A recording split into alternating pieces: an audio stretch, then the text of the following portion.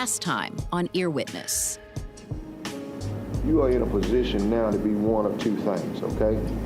You can either be a witness or you can be a defendant.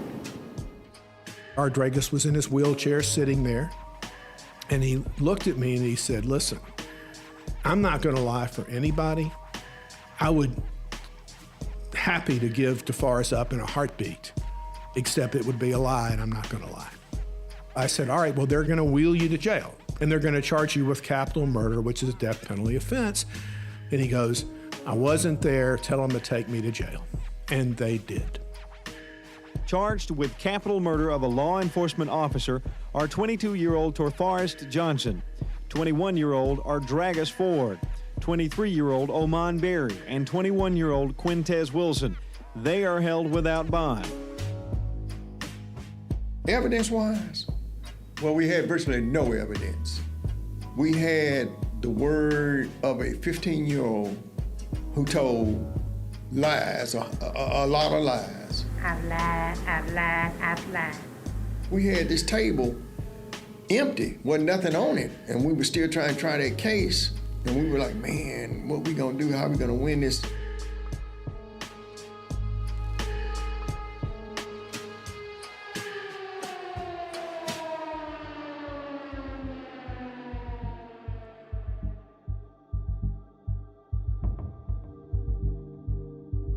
It's 1997, 2 years after Deputy Bill Hardy was killed. Toforest Johnson and Ardregas Ford are headed to trial for the murder. And so far, the only evidence the state has presented connecting them to the crime is the changing story of Yolanda Chambers. But there was something else, something detectives had known about for 2 years, something they kept quiet. Until now. This is Sergeant Tom Salter, Jefferson County Sheriff's Department. Present in the room are Sergeant Tony Richardson and Mrs. Violet Ellison and her daughter Katrina Ellison. Violet Ellison, a 53-year-old black woman, and her 16-year-old daughter Katrina met with detectives Tony Richardson and Tom Salter at the sheriff's office. Violet Ellison, who knew Deputy Hardy, came forward a few weeks after Hardy's murder. She called investigators 7 days after the governor announced an additional $10,000 for information, bringing the total reward offered in the case to $20,000. Her recorded interview with detectives is less than 7 minutes long. Ms. Ellison, would you tell us about the information that you have for us? A guy named Fred, I'm not sure of his last name, called my daughter, Katrina Ellison, on 8-3. Violet Ellison says some guys in the jail were asking Katrina to make three-way calls for them so they'd only have to pay for the original call to Katrina. They didn't want to keep feeding quarters into the payphone. One of those guys was named Fred.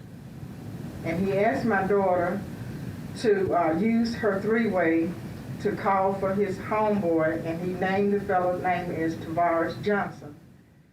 Violet Ellison says her daughter dialed the number of a girl named Daisy to create a three-way call. In the jail, Fred handed the phone to Toforest so that he could talk to Daisy. Back in the Ellison house, once Katrina heard the three-way call go through, she put the phone down and walked away. But her mom, Violet Ellison, picked it up and listened in. He said that on the night of that the incident... Violet Ellison tells detectives that she heard Toforest Johnson telling Daisy what happened the night of Deputy Bill Hardy's murder. I've listened to this recording over a dozen times, and it's not easy to follow. But in summary, Violet says that Toforest described following a man they planned to rob. They were trying to rob a man, and they had been following this man. This man had a girl with him, and the girl had a gun. The girl had a gun. A shot was fired. It was one shot that was fired.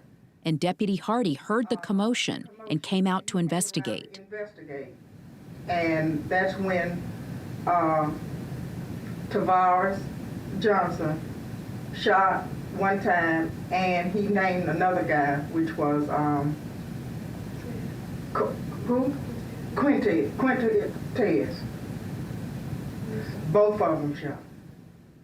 She says she overheard Toforest Johnson say that he and Quintez Wilson each fired one shot at Deputy Hardy.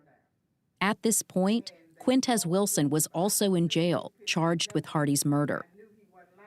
The story Violet Ellison tells police is disjointed.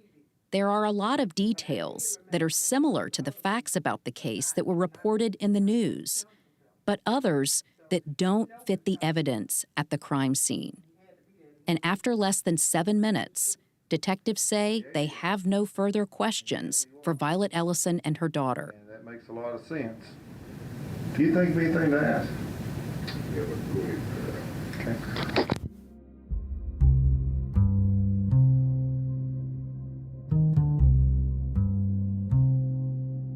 2 years after Violet Ellison first comes to police, the state is preparing to put Ardregas Ford and Toforest Johnson on trial. But Yolanda Chambers is falling apart. She's recanted her testimony under oath, and she doesn't always show up to court when she's supposed to be there. It's then, in their time of need, 2 years later, that detectives suddenly remember Violet Ellison's statements. Violet Ellison walk in that door and stand up on this table and say what she said. We got a full table now. We got all the evidence we need. Well, not that we need, we'd like to have a lot more, but we got evidence. Violet Ellison would become the state's star witness in the trial against Toforest Johnson. And her Earwitness testimony would be the key evidence linking him to Deputy Hardy's murder. But there wouldn't be just one trial for the murder of Deputy Hardy, or 2, or even 3. The state will pursue 4 capital murder trials. And at each of these 4 trials, the state will present separate, mutually exclusive theories about who pulled the trigger and fired the fatal shots.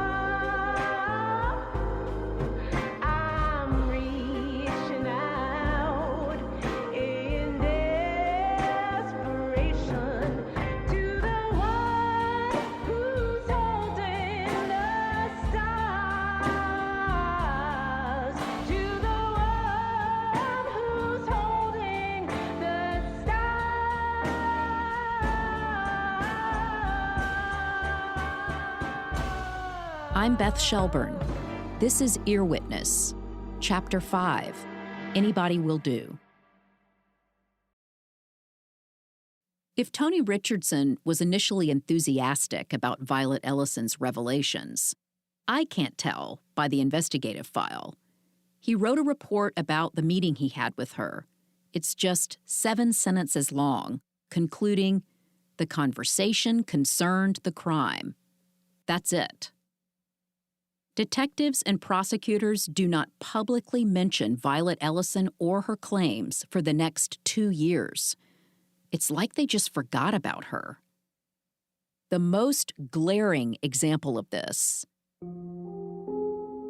Detective Richardson testifies at a grand jury hearing 5 months after his conversation with Violet Ellison. He says under oath that all 4 men charged with capital murder were in the back parking lot of the Crown Sterling Suites when Hardy was killed. But, he says, Omar Berry and Ardregas Ford were the shooters. This story is based on one of his conversations with Yolanda Chambers. And Detective Richardson tells the grand jury there is no doubt that Yolanda Chambers is telling us the truth. There is no mention of Violet Ellison until Toforest is on trial.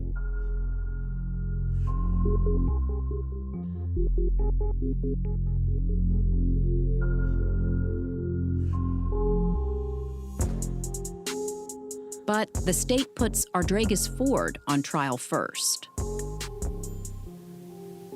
My grandmother spent everything she had, everything that a poor woman had. She spent our money to defend him, to get him the, best representation she could. Ardregas' cousin, Nicole Blunt Kirksey, comes to my house to talk to me about the case. She's wearing a patterned dress and cowboy boots. Her hair is pulled back into a high bun. For many years, she grew up in the same house as Ardregas. Their mothers are sisters. It was a lot of money for a poor family. It really was. My grandmother had a lot of money saved. Back then, even poor people, she didn't spend everything she had. She always put money back. She worked for Union Envelope, which was like a factory over in Pratt City for years. And then she used to wash clothes and clean houses for people. And so she just tucked a lot of that money, she just tucked it away. And she exhausted just about everything to try to get him the representation that he needed for that trial. Other than my grandmother's money, we had barbecues and just, things to raise money so that we could pay the attorneys. Ardregas' mom, Joyce, tells me the same thing. So you had to raise some of the money? Some of it, yeah. Do you remember how much you ended up paying?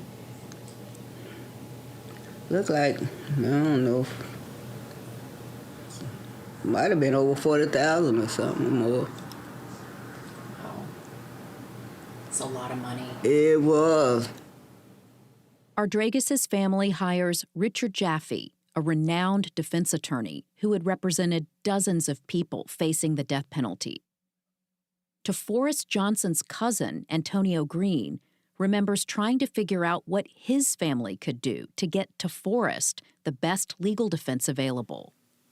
One of the prominent attorneys during that time, me and my uncle went and talked to him about taking this case for Toforest during that time. And he told us, right there sitting in his office, he said, bring him a $10,000 retainer, and he'll bring our loved one home.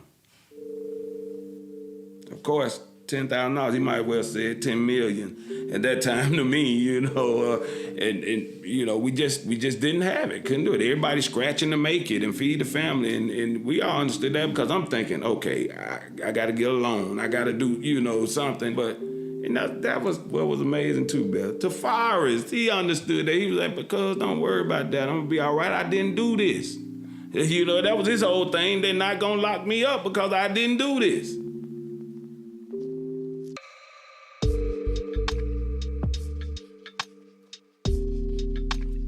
Judge Alfred Bahakel appoints 2 attorneys to represent Toforest. A sharply dressed 32-year-old black man named Daryl Bender, and Erskine Mathis, a white, middle-aged former police officer with a thick mustache. In 1997, Alabama paid appointed defense attorneys just $20 an hour for work outside the courtroom, with a cap of $1,000. Most appointed lawyers can't afford to work for free, so this very low cap limited how well they could prepare for trial.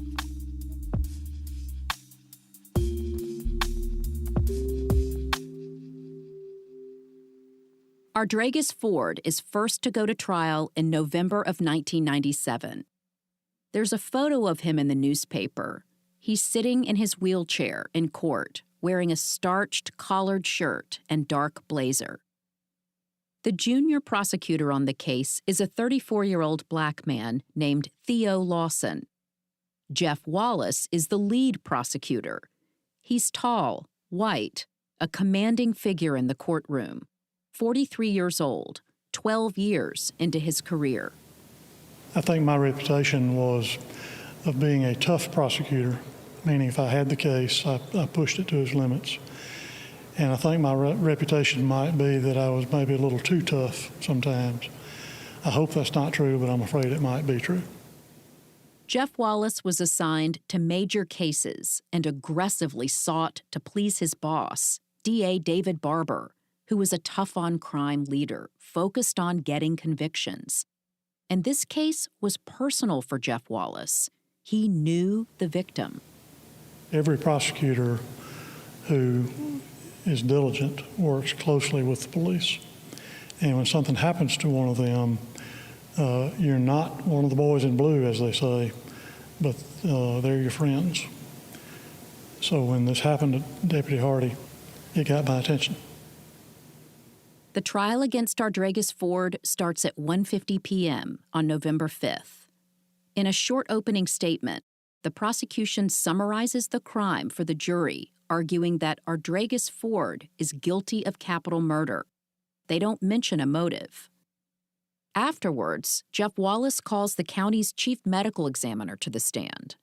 He explains that Hardy's wounds were at an upward angle through his head. Jeff Wallace argues this would be consistent with Ardregas firing the shots from his wheelchair. Prosecutors also call Yolanda Chambers as a witness, even though she recanted her story in court a year ago. Since then, she's gone back to saying that she was there when Hardy was killed. She now says she saw Ardregas Ford fire at least one shot. Richard Jaffe, Ardregas' lawyer, argues that if the hotel witnesses had seen Ardregas Ford commit the crime, they would have seen this.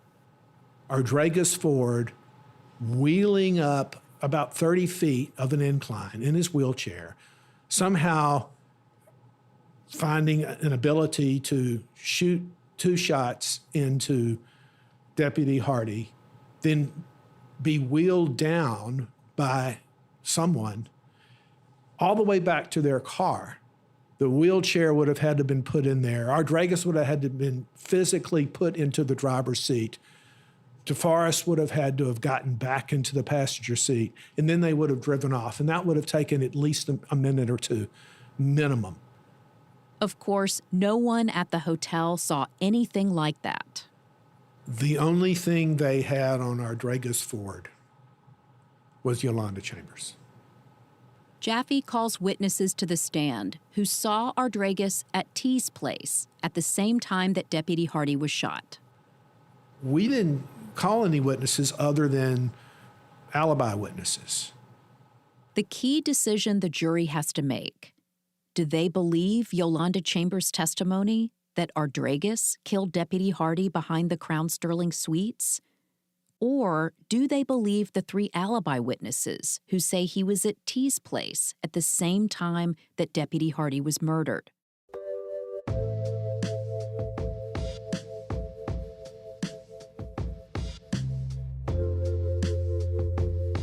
The jury votes 10-2 to acquit Ardregas Ford, but that's not enough. Murder trials require a unanimous verdict. Since this decision was split, Judge Bahakel declares a mistrial. But Ardregas Ford is not set free. The state plans to try him a second time.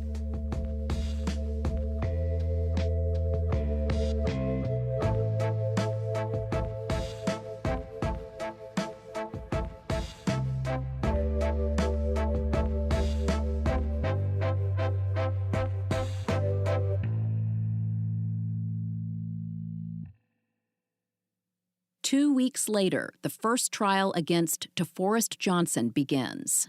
Here's Toforest's cousin, Antonio Green. I remember, me personally, myself, I was very optimistic. I was very optimistic, simply because I knew what they had, which was nothing as far as evidence goes. I'm like, okay, well, this is just a part of the process. They'll hear the evidence or lack thereof, and we'll be going home, when this is all over. But as the days went on, from the first couple of days of the trial, you could see a really different environment in the courtroom. The only video from the trial I've seen is a short TV news clip.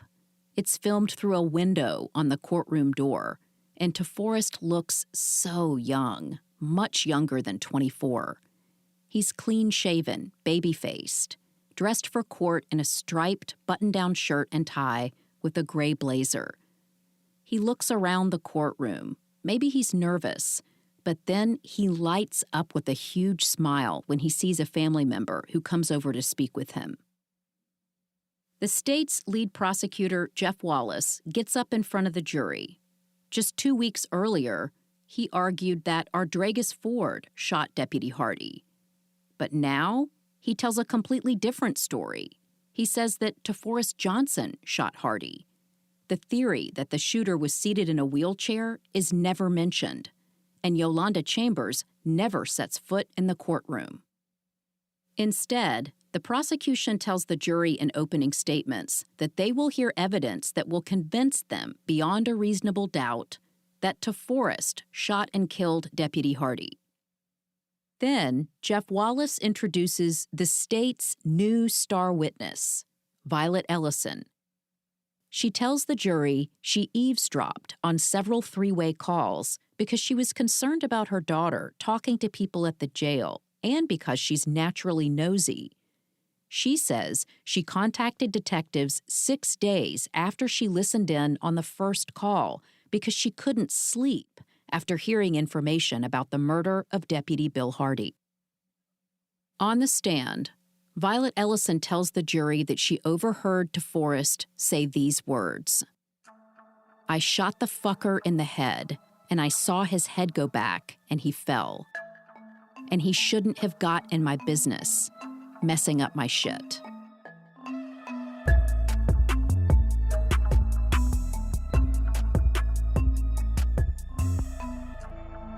There was no mention of "I shot the fucker in the head" or anything like that in Violet Ellison's original recorded statement to police.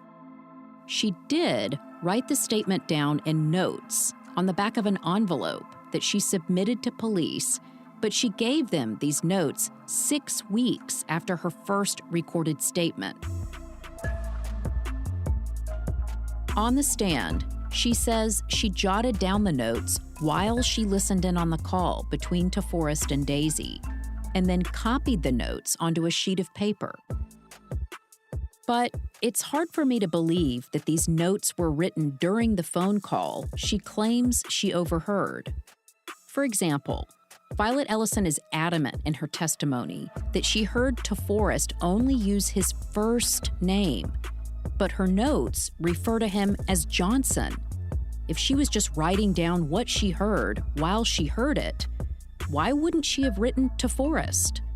How would she have known his last name?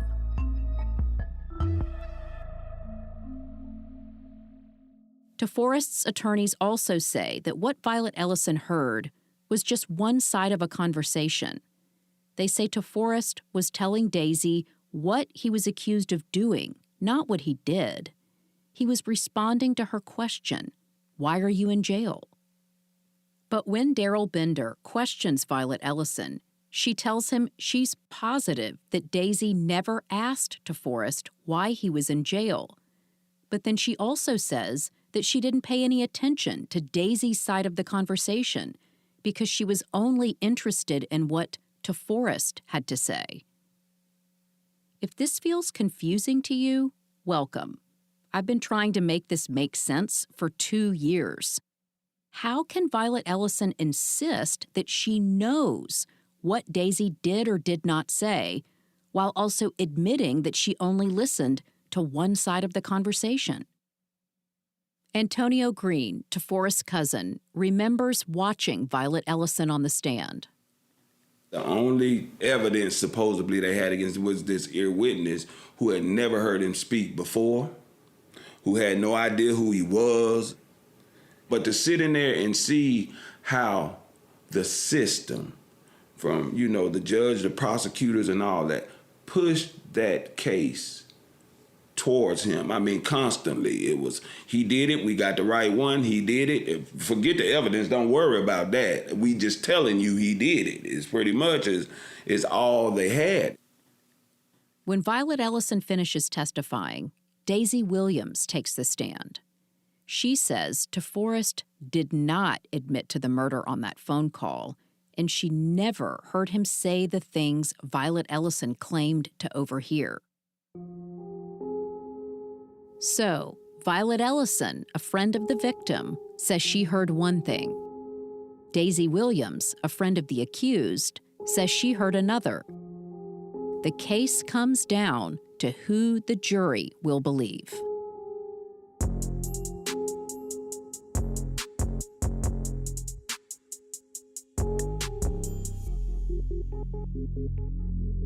After 5 days of testimony, Toforest's supporters nervously wait as the jury begins to deliberate.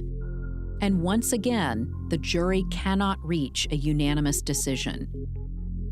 9 jurors vote to convict, but 3 others are not convinced beyond a reasonable doubt. The judge declares a mistrial.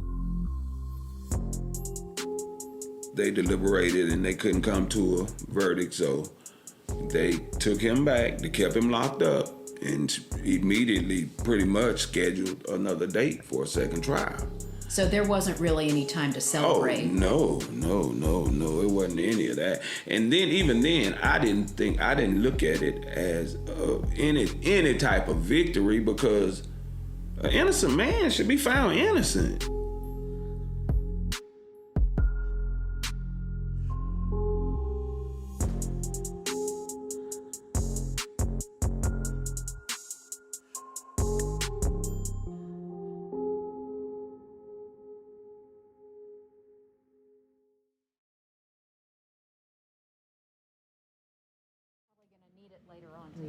Yeah. I'm Jeff Wallace. Nice to see you, Jeff. I'm Beth Shelburne. May I call you Beth? You can call me Beth. Can I call you Jeff? Please. Okay, great. Jeff Wallace prosecuted both Toforest and Ardragas. When I emailed him to set up an interview, he asked me to meet him at the large Methodist church he attends in a Birmingham suburb. He's now retired, but spent 25 years as a prosecutor in Jefferson County. We record the interview in the church's empty sanctuary. He tells me he prefers to do interviews standing up because of all of his courtroom experience. So we're standing in this sanctuary at the altar, facing each other, having this conversation in front of a giant pipe organ. The way we're set up, it feels like we're either here to debate or get married. Anyway, this is why the recording sounds a little echoey. We had a weak case. It's based on the testimony of one witness. Jeff Wallace remembers that the case against Toforest Johnson hinged on the testimony of Violet Ellison. That is extremely strong evidence if it's believed. Of course, the question becomes, do you believe that evidence? Well, to believe that evidence, you have to believe Ms. Ellison. To believe Ms. Ellison, you have to look at the facts, how she said it happened. Toforest's second trial begins 8 months after the first one ends in a mistrial. Jeff Wallace is the lead prosecutor. Again, he calls Violet Ellison to the stand, where she testifies that she overheard Toforest admit to Hardy's murder on a 3-way phone call. Jeff Wallace says Violet Ellison listened in on the calls because she was concerned about her daughter. And once again, Toforest's attorneys call Daisy Williams, who maintains that Toforest never confessed to the murder. Toforest's lawyer, Daryl Bender, asks Daisy, "Did he describe to you the series of events that he said had occurred?" Daisy, "No." Bender, "Did he tell you where this happened?" Again, Daisy, "No." Bender, "Did he tell you that he had killed somebody?" Daisy, "No, sir." Jeff Wallace tries to cast doubt on Daisy's testimony. He says, maybe Daisy is testifying about a different call, or maybe she's just the wrong Daisy. Yet again, it's one witness's word against another. Right before Jeff Wallace addresses the jury for closing statements, he picks up a piece of evidence, Deputy Hardy's hat, the one that he would always wear on duty, the one he was wearing when he was shot. It has a bullet hole through the brim. Jeff Wallace argues that Violet Ellison heard Toforest Johnson bragging about what he did.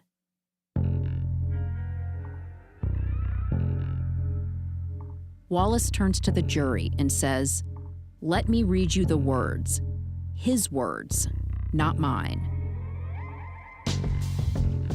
I shot the fucker in the head.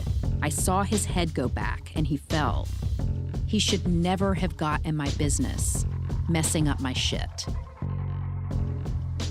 He says these words to the jury like this is an on-the-record statement directly from Toforest Johnson, when it's really Violet Ellison's testimony of what she says she overheard. However it occurred, Wallace continues, he's proud of his role in it, and don't forget that. No matter how many shots were fired, he's proud of the one he put into Deputy Hardy's head. Here's his respect for Bill Hardy. Wallace throws Hardy's hat onto the courtroom floor. He's as guilty as they come.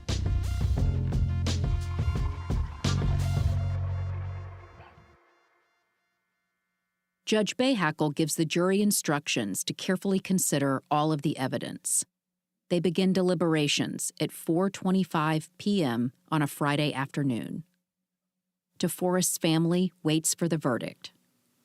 He's a defendant, but he's innocent until proven guilty.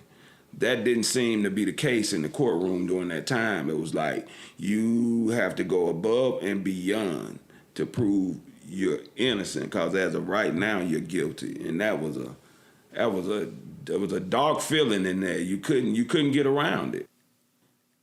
2.5 hours later, at 7:10 p.m., the jurors file back into the courtroom with their decision. Toforest Johnson is found guilty of capital murder.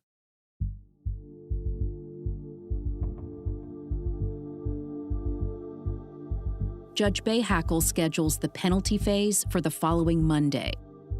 This is when the jury will decide Toforest's fate. Should he be sent to prison for life without parole or put to death for Hardy's murder?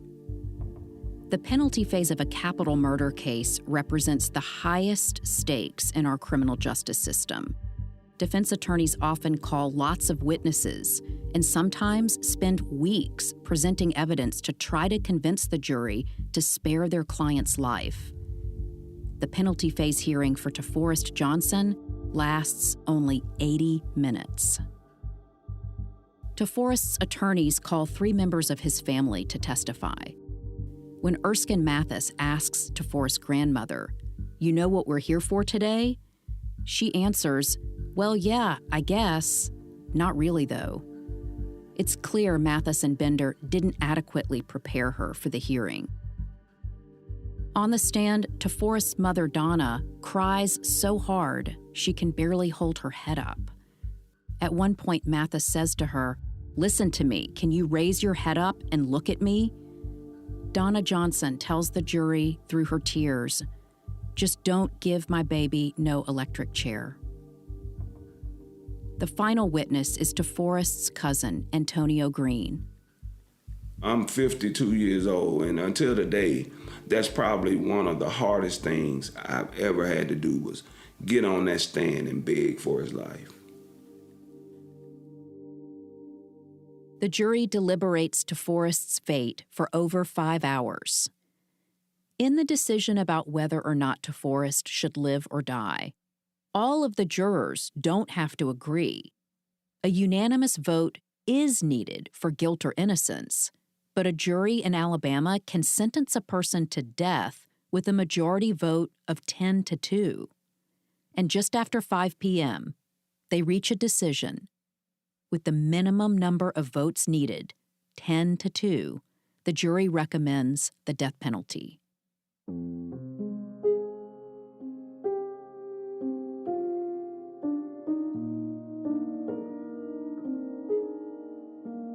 Judge Alfred Bahakel affirms the recommendation that Toforest Johnson be executed for the murder of Deputy Bill Hardy. One newspaper reports that Toforest sat motionless as the jury's recommendation was read, appearing to be stunned. Toforest's mother, Donna, screamed, "No, no, no." Toforest's oldest daughter, Shanae, was in the courtroom that day. She was 6 years old at the time.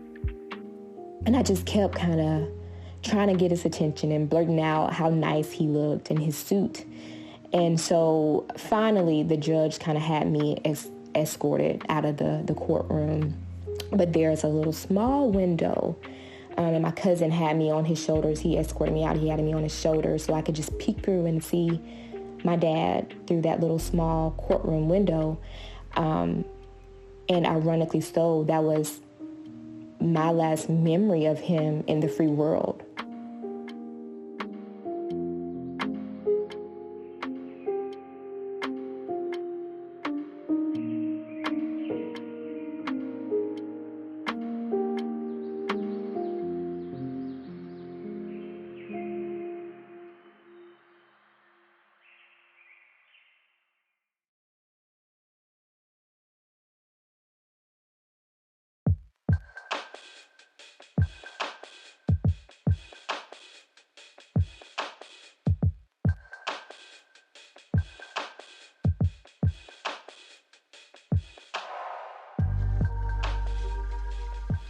So my thing is this: why didn't Dara Bender reach out to me for Toforest?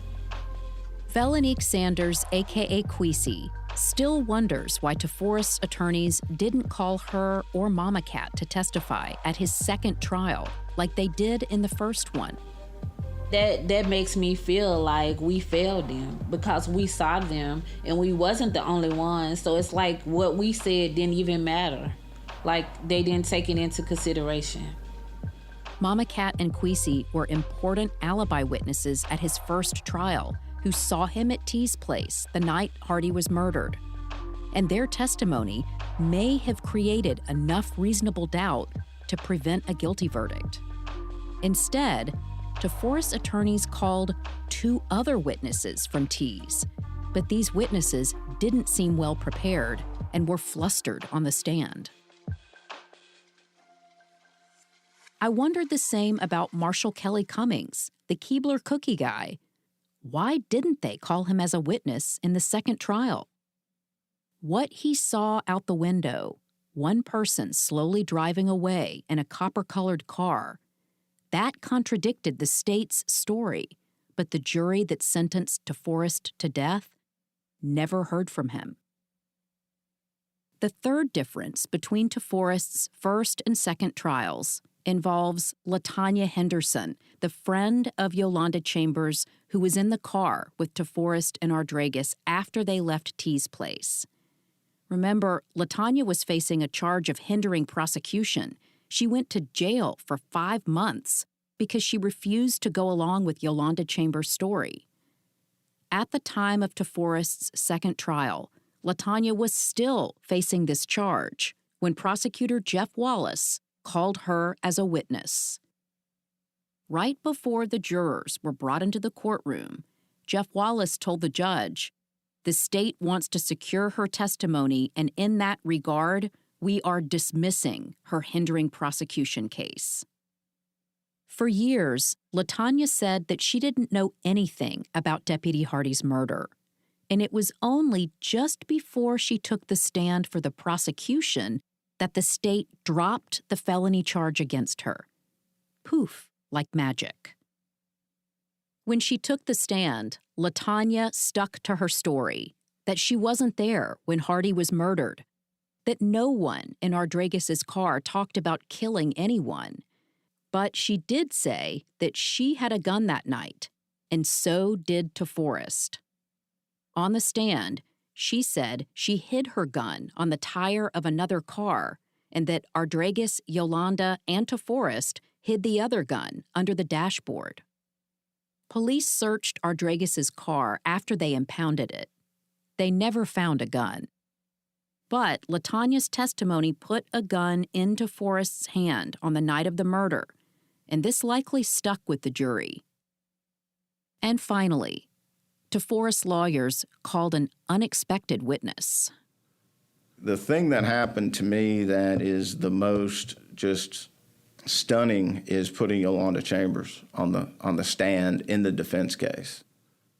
Derek Drennan was a young lawyer working with Jaffe on Ardregas' case.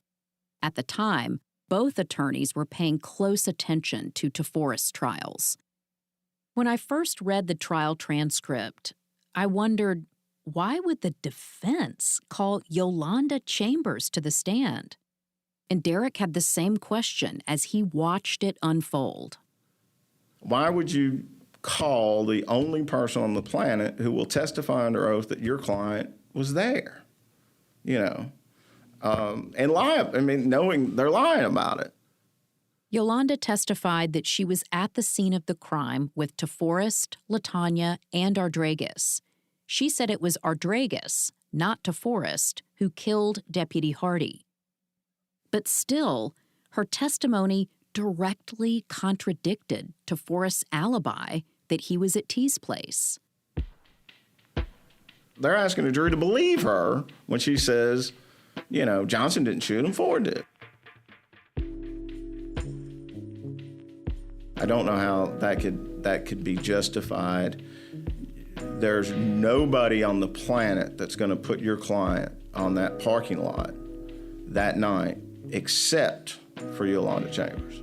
Nobody will. And to put her up there to say that their client was innocent because Ford did it, just beyond me.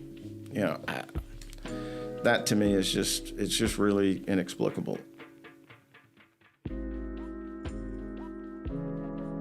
Prosecutor Jeff Wallace seized on this at trial.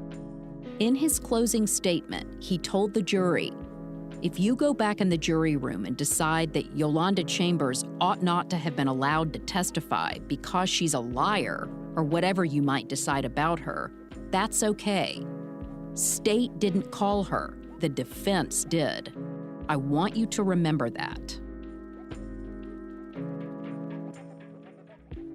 I called both of Toforest's original trial lawyers to ask about the decisions they made in defending Toforest, but neither would sit down with me for an interview.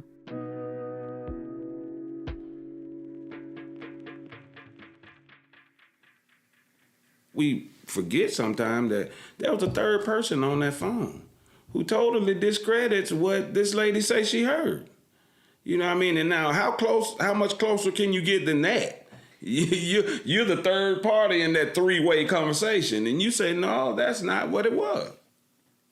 I needed to find the person on the other end of the phone call that Violet Ellison overheard. The person who actually talked to Toforest, Daisy Williams. Daisy was 19 when she testified at Toforest's second trial. She's now in her mid-40s and has never spoken publicly about the case. But she agrees to come to my house to talk. I'm a mechanic. How did you get into being a mechanic and to working on cars? I was a tomboy growing up.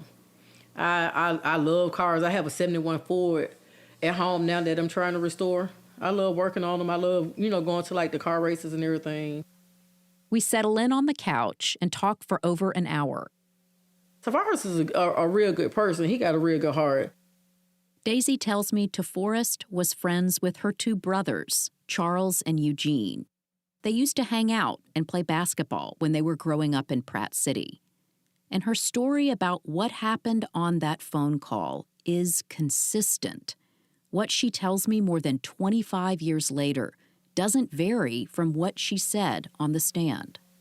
My cousin actually called me because he was in the county jail at the time. Mm-hmm. And who was that? Was that Fred? Fred Carter. Okay, yeah. So when that initial call came to you, I guess Fred had called Katrina, Violet Ellison's daughter, and then she made the three-way call to connect him to you. Yes. And then he put Toforest on. Is that how it went? Yes. He actually, like I said, he told me, he was like, guess who up here with me?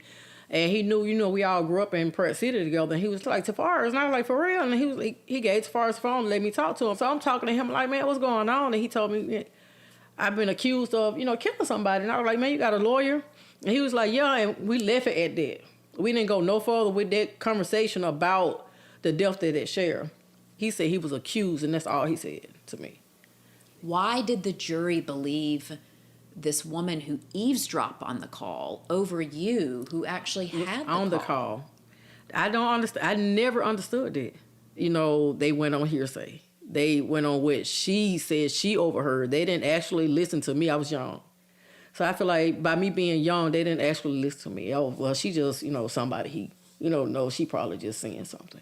And that's how I felt.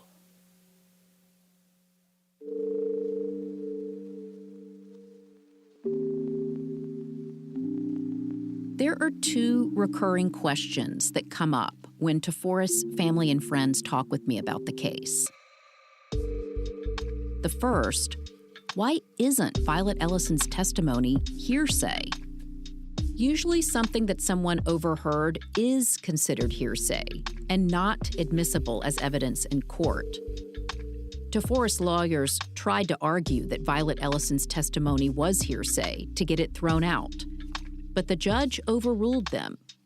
It turns out there is an exception to the hearsay rule when someone claims to overhear the defendant admitting to the crime.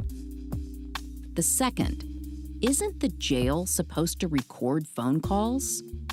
According to testimony from a jail supervisor, the phones in the Jefferson County Jail weren't equipped with the ability to record in 1995.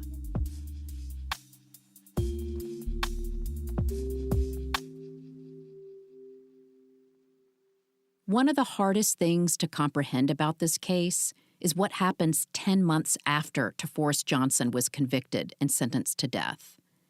In June of 1999, the state once again tries to convict Ardregas Ford.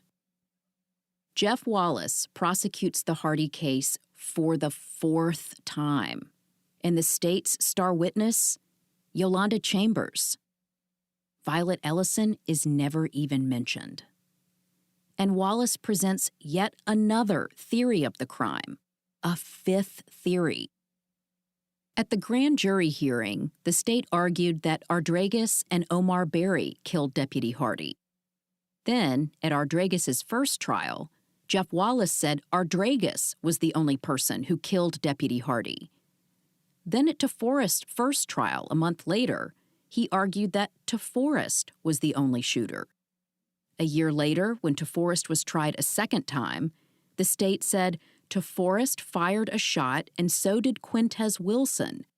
But, they said, Wilson was not being tried because of a lack of evidence.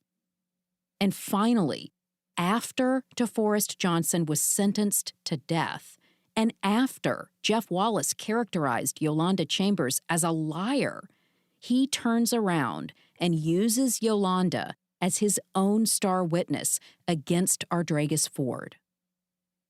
The jury in Ardregas' second trial deliberates for less than an hour and declares him not guilty. Ardregas is acquitted. I talked to his cousin Nicole about that moment. I wonder how that made you feel. I mean, did it make you feel like the system worked, that Ardregas was acquitted? It didn't make me feel like the system worked. It showed me that Richard Jaffe did a wonderful job defending him. Ardregas and Toforest had the same alibi. Nobody denies that they were together the night Hardy was killed. But there was a major difference between their cases. Ardregas' family was able to pay for a renowned attorney, and Toforest's family wasn't. Meanwhile, prosecutors had a powerful tool at their disposal: the ability to use multiple theories to get the outcome they were seeking: someone to go down for Hardy's murder.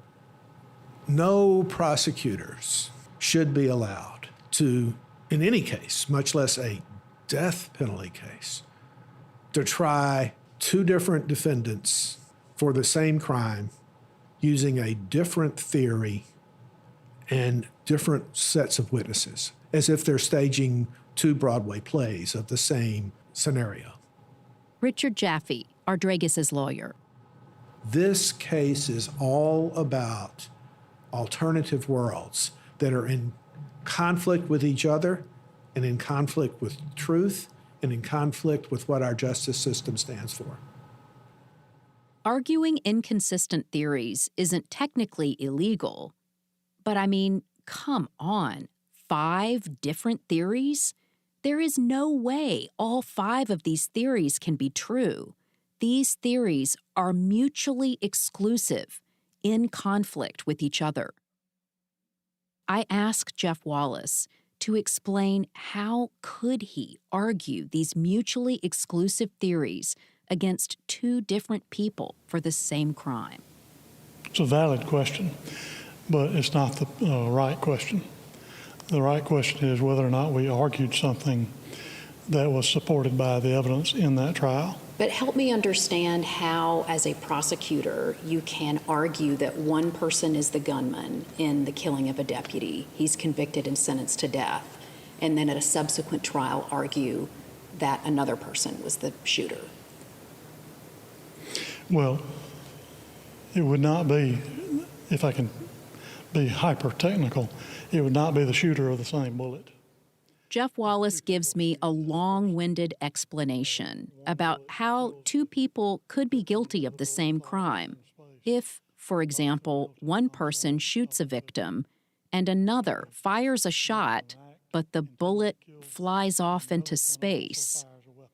But that's not what Jeff Wallace argued at trial. Kills the victim. You don't have to decide which one fired the shot. They're both guilty. But the evidence showed that there was only one gun and one gunman, right? Well, I don't know if you can say that. I think that's what the firearms expert testified to. He did. A firearms examiner looked at the 2 shell casings found at the murder scene and determined they had been fired from the same 9mm pistol, indicating there was only one shooter. I keep pressing him. I want Jeff Wallace to tell me how he squared in his own mind these contradictory theories about who fired the fatal shots. Jeff and I go round and round. In theory, prosecutors are employed to seek the truth. They don't have a mandate to obtain convictions, but the law allowed him to do what he did, and Jeff Wallace told me himself he was known to push a case to its limits. I'm afraid that my reputation was that I was fairly mean. I tried to follow all the rules, tried to do exactly what the boss wanted done, and so I tried to follow all orders. I now wish I'd been a little more yielding sometimes. Wish I'd seen a little more gray. But I was fairly black and white, and I'm afraid I was fairly mean, and I'm not necessarily proud of that. As Toforest's family watched their worst nightmare unfold, it was clear that he wasn't the only one failed by these trials. They also thought about Deputy Bill Hardy and his family. You know, the victim's family deserved to know what happened to their loved one. But they get no justice, no peace out of a wrongful conviction. You know, and this is simply a case of just anybody will do. And looking at it from the inside, it seems like the whole thing was just put together like a puzzle. All this is going on in a court of law. That's supposed to be the most honest place in our country.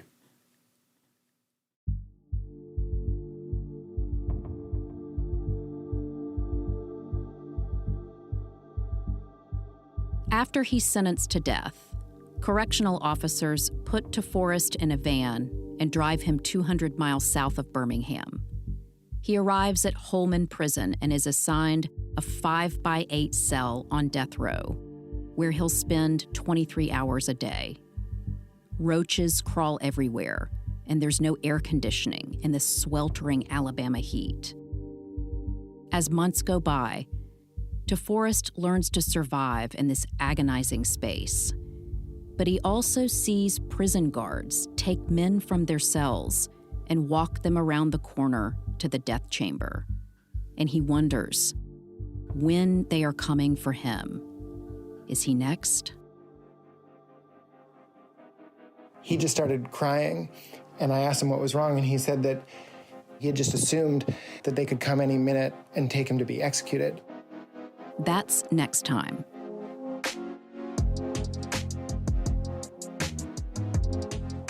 Earwitness is a production of Lava for Good podcasts in association with Signal Company No. 1. Executive producers are Jason Flom, Jeff Kempler, Kevin Wardis, and me, Beth Shelburne. The investigative reporting for this series was done by me and Mara McNamara. Producers are Mara McNamara, Hannah Beal, and Jackie Pauley. Kara Kornhaber is our senior producer. Britt Spangler is our sound designer. Additional story editing from Marie Sutton. Fact-check help from Catherine Newhan. And special thanks to Toforest Johnson's legal defense team. You can follow the show on Instagram, TikTok, Facebook, and Twitter at Lava for Good. To see behind-the-scenes content from our investigation, visit lavaforgood.com/earwitness.